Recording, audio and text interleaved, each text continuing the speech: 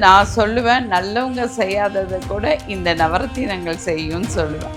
So அதனால நான் போட்டிருக்கேன். பட் மற்றவங்களும் என்ன மாதிரியே போட்டுக்கணும்னு அவசியம் இல்லை. அவங்கவுங்க ஜாதகத்துக்கு ஏற்ற மாதிரி.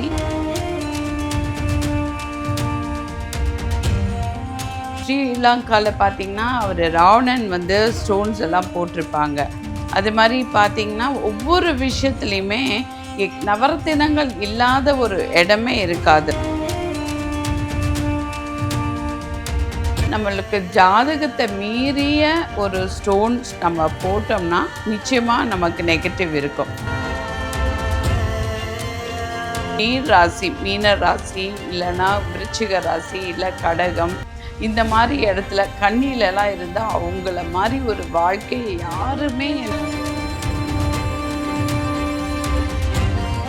குழந்தை தங்காமல் இருந்தவங்க இருக்காங்க. அவங்களுக்கு நான் ஸ்டோன் போட்டு வித்தின் 40 டேஸ்லேயே அவங்களுக்கு அது நடந்தது.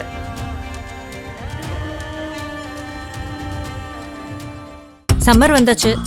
What's your plan for this holiday? எங்க கிட்ட விட்டுருங்க, நாங்க பாத்துக்கிறோம். GT Holidays. GT Holidays, South India's #1 travel brand. Hello behind பக்தி வியூவர்ஸ், நான் உங்கள் ஸ்னேகா. இன்றைக்கி நம்ம ஷோவோட ஸ்பெஷல் கெஸ்ட்டாக யாரை பார்க்க போகிறோம் அப்படின்னா, இவங்க ஒரு numerologist and astrologer, gemmologist and vastu consultant நம்ம ஹெலன் ஜி அவர்கள் தான் மீட் பண்ண போகிறோம். Welcome ma'am. வணக்கம் ஸ்னேகா, எப்படி இருக்கீங்க? நல்லா இருக்கேன் மேம். ஸோ உங்களை பற்றி நிறைய விஷயங்கள் நாங்கள் கேள்விப்பட்டோம், எல்லாமே ரொம்ப ஆச்சரியப்படுற அளவுக்கு இருக்கு மேம். ஸோ இப்போது நீங்கள் கழுத்தில் கையில் ஸோ நிறைய ஸ்டோன்ஸ் போட்டிருக்கீங்க. இது எந்த அளவுக்கு எஃபெக்டாக இருக்குது? இது உண்மையா? இது எந்த அளவுக்கு உண்மை? ஆக்சுவலாக ஜெம்ஸ்டோன் கண்டிப்பாக உண்மைதாம்மா. ஏன்னா அந்த காலத்தில் நீங்கள் ராஜாக்கள் ராணிலாம் பாருங்கள், எல்லாமே ஸ்டோன்ஸ் போட்டிருப்பாங்க. ஸோ அதுக்கப்புறம் வந்தவங்க கூட பார்த்திங்கன்னா எம்ஜிஆர், NT ராமராவ் இவங்க போட்டிருப்பாங்க. ஸ்ரீலங்காவில் பார்த்திங்கன்னா அவர் ராவணன் ஸ்டோன்ஸ் எல்லாம் போட்டிருப்பாங்க. அது மாதிரி பார்த்திங்கன்னா ஒவ்வொரு விஷயத்துலையுமே நவரத்தினங்கள் இல்லாத ஒரு இடமே இருக்காது.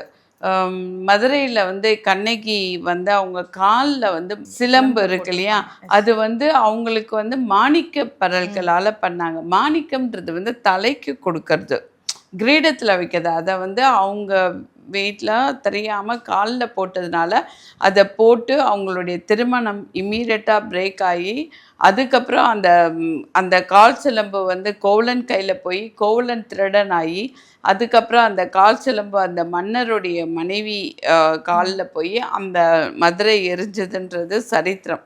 ஸோ ஒரு கையில் சிலம்போட நம்ம கண்ணகி இருக்காங்க. ஸோ ஜெம்ஸ்டோன்ஸுக்கும் அதில் கேள்வியே மாணிக்க பரல்களா முத்து பரல்களா, அப்படி தான் அந்த கேள்வியே இருக்கு. ஸோ அது மாதிரி மதுரை மீனாட்சி அம்மன் கோவில் அதில் பாருங்கள், கண்டிப்பாக மரகதம் இருக்கும். ஸோ எந்த இடத்துலையுமே அந்த கடவுளுக்கு நவரத்தினங்களை கரெக்டாக போட்டாங்கன்னா அது பவர் இருக்க தான் செய்யும். இது நாட் ஒன்லி ஃபார் ஹிந்துஸ் அப்படியெல்லாம் கிடையாது, கிறிஸ்டியானிட்டி. நான் நிறைய வெளிநாடெல்லாம் போயிருக்கேன், அங்கெல்லாம் பார்த்தீங்கன்னா கூட அந்த சர்ச்லலாம் இருக்குது, இந்த நவரத்தினங்கள் இருக்குது. ஆனால் இங்கே இல்லை, அது இல்லை அப்படின்னு சொல்கிறாங்க. சயின்டிஃபிக்காக இருக்குது, இதெல்லாம் ரியல் ஸ்டோன், கலர் ஸ்டோன் கிடையாது. Okay ma'am. இப்போது இந்த ராசிக்கு இந்த ஸ்டோன் அப்படின்ற ஒரு விஷயம் எல்லாருக்குமே தெரியும். இப்போது வேறு ராசி வேற ஒரு ஸ்டோன் போட்டால் அது ஏதாவது தப்பாக நடக்குமா? நெகட்டிவ் வைப்ரேஷன் கொடுக்குமா? கண்டிப்பாக. என்னன்னா நம்மளுக்கு ஜாதகத்தை மீறிய ஒரு ஸ்டோன்ஸ் நம்ம போட்டோம்னா நிச்சயமாக நமக்கு நெகட்டிவ் இருக்கும். இப்போ ஒருத்தருக்கு ராகு 8வது இடத்துல இருக்குன்னா அவங்களுக்கு ராகுடைய கல் போட்டாங்கன்னா அவ்வளோதான், ரொம்ப ப்ராப்ளம்ஸ் வந்துடும். அவங்களுக்கு அந்த லவ் ஃபெயிலியர்ஸ் வரும், துக்கம் வரும், அழுதுகிட்டே இருப்பாங்க. நல்ல குவாலிட்டி போட்டால் இம்மீடியட்டாக கூட பேட் எஃபெக்ட் வரும். ஆனால் அதே ராகு அவங்க ஜாதகத்தில் ரொம்ப நல்ல பிளேஸில் இருந்தாங்கன்னா 5ல் இல்லை 9ல், அதுவும் நீர் ராசி, மீன ராசி, இல்லைன்னா விருச்சிக ராசி, இல்லை கடகம், இந்த மாதிரி இடத்துல கண்ணிலெல்லாம் இருந்தால் அவங்கள மாதிரி ஒரு வாழ்க்கையை யாருமே என்ஜாய் பண்ண முடியாது, அவ்வளோ சூப்பராக இருக்கும். ஸோ ஒரு கல் நல்லதும் பண்ணும், கெட்டதும் பண்ணும். ஓகேவா? அதனால் நம்ம நல்ல குவாலிட்டியும் போடணும். அதே மாதிரி ஜாதகத்தில் இந்த கல் நான் ஒரு கல் பற்றி தான் சொல்லியிருக்கேன். ஆனால் எல்லாத்துக்குமே அது வந்து வர்த்து தான். ஸோ இப்போ நீங்கள் கையில் அண்ட் வந்து கழுத்துலலாம் யூஸ் பண்ணியிருக்கீங்களா மேம்? இது எல்லாமே டிஃப்ரெண்ட் கலர்ஸில் இருக்குது. ஸோ அப்போ உங்களோட ராசிக்கும் ஸ்பெசிஃபிக்காக ஒரு ஸ்டோன் தான் இருக்கணும். ஸோ நீங்கள் நிறைய கலர்ஸ் யூஸ் பண்ணியிருக்கீங்க. அப்போது இது எல்லா ராசிக்கும் உரிய கல்லா இல்லை இது எந்த மாதிரியான ஒரு ஸ்டோன் நீங்கள் யூஸ் பண்ணி போட்டிருக்கீங்க? ஆக்சுவலாக இது வந்து என்னென்னா நமக்கு வந்து எந்த அளவுக்கு நான் வந்து ஸ்டோன்ஸ் நம்புகிறேன். அதோடு இல்லாமல் இப்போதைக்கு தான் ஃபேஷன் எல்லாம் பெருசாக போட்டுக்கிறது. அது முன்னாடி வந்து இந்த பரதநாட்டியம் ஆடுறவங்க இல்லை சாமி வேஷம் போடுறவங்க அந்த மாதிரியும் கடவுளுக்கு தான் நவர்த்தினங்கள் போடுவாங்க. இன்றைக்கி பாருங்கள், எந்த டிவி சீரியலாக இருக்கட்டும் மூவி இருக்கட்டும், இந்த பதக்கம் மாதிரி போடுறது வந்து இது வந்து ட்ரெண்டு திருப்பியும் வந்திருக்கு. இது முன்னாடி இருந்தது தான். ஸோ நான் வந்து அதை ஜெம் ஸ்டோன்ஸ்லேயே போட்டுக்கிட்டேன்.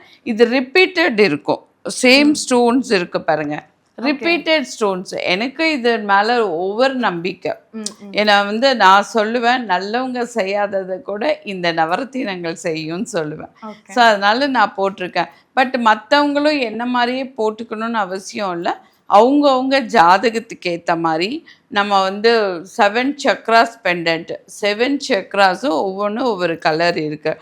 அது மாதிரி எஜுகேஷன் பெண்டன்ட்டு, அதுக்கப்புறம் ஃபினான்ஸ்க்கு இருக்குது, அதுக்கப்புறம் படிப்பு, அது மாதிரி நல்லா படிக்கணும், ஸ்டூடெண்ட்ஸ் ரொம்ப டல்லாக இருக்காங்க அப்படின்னா அவங்களுக்கு இருக்குது.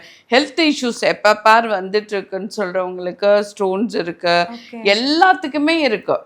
அது மாதிரி நம்மளுடைய வீடு சுபிட்சமாக சந்தோஷமே இல்லாமல் எப்போ பாரு அழுதுட்டு இருப்பாங்க பாருங்க, அவங்களுக்கும் ஸ்டோன்ஸ் இருக்குது. ஓகே, அந்த மாதிரி இந்த நவரத்தினங்கள் வந்து பல விதத்தில் நமக்கு அற்புதங்களை செய்யும். ஸோ இதுக்கு ஒரு பேர் வைக்கலாம், அற்புதங்களை தரும் நவரத்தினங்கள் கூட சொல்லலாம். ஸோ இப்போ வந்து நம்ம கல் வந்து எல்லாருமே போடுறாங்க.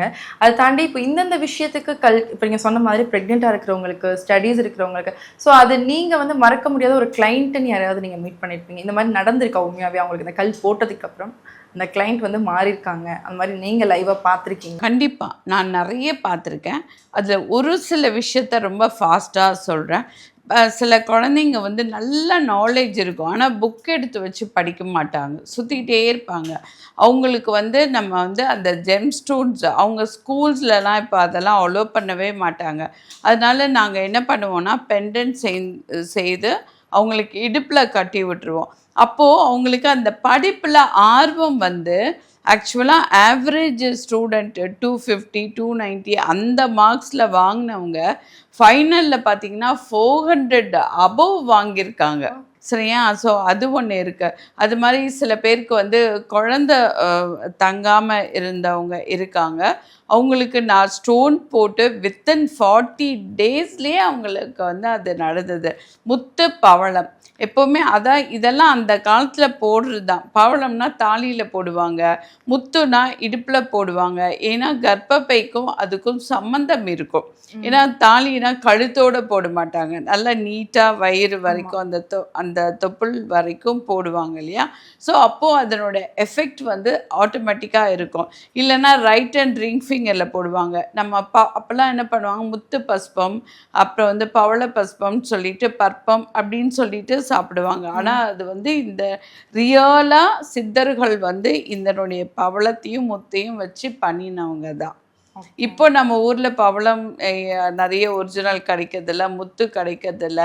ஏன்னா அதெல்லாம் கொஞ்சம் கண்ட்ரோல் பண்ணிட்டாங்க. நமக்கு இதுக்கு முன்னாடி இருந்தது தான் இப்போது நம்மளுக்கு நடைமுறையில் வித்துட்ருக்காங்க. ஸோ நீங்கள் வந்து இந்த ஒரு விஷயத்த நான் ரொம்ப நம்புகிறேன் அப்படின்ற ஒரு விஷயம் இப்போ நீங்கள் சொன்னீங்க.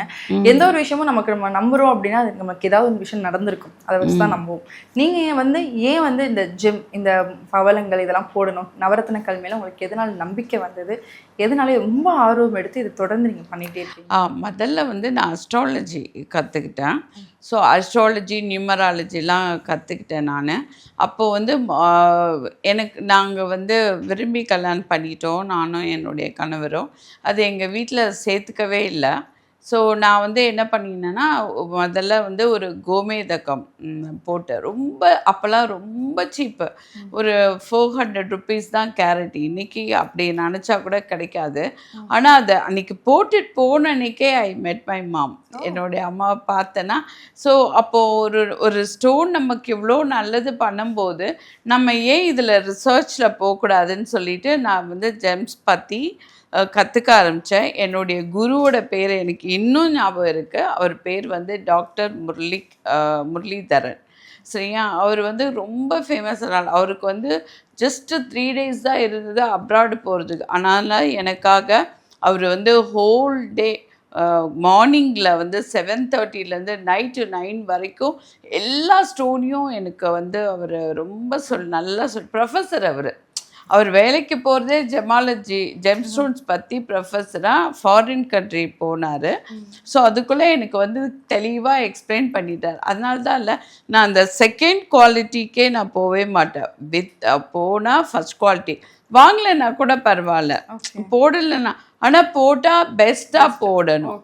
அது மாதிரி தான். ஏன்னா காஞ்சிபுரம் சில்க் சாரியும் இருக்குது, மற்ற சில்க் சாரியும் இருக்குது. அதனோட பவர் நீங்கள் எப்போ போட்டாலும் உங்களுக்கு அது வேற லெவல் தானே. ஸோ அது மாதிரி தான். ஸோ இவ்வளோ நேரம் ரொம்ப அழகாக எல்லா விஷயத்தையுமே தெளிவாக எங்கள் எல்லாருக்குமே புரிய வச்சிங்கன்னா, ஸோ வந்து எங்கள் சேனல் சார்பாக என்னுடைய சார்பாக நன்றி. நன்றிம்மா.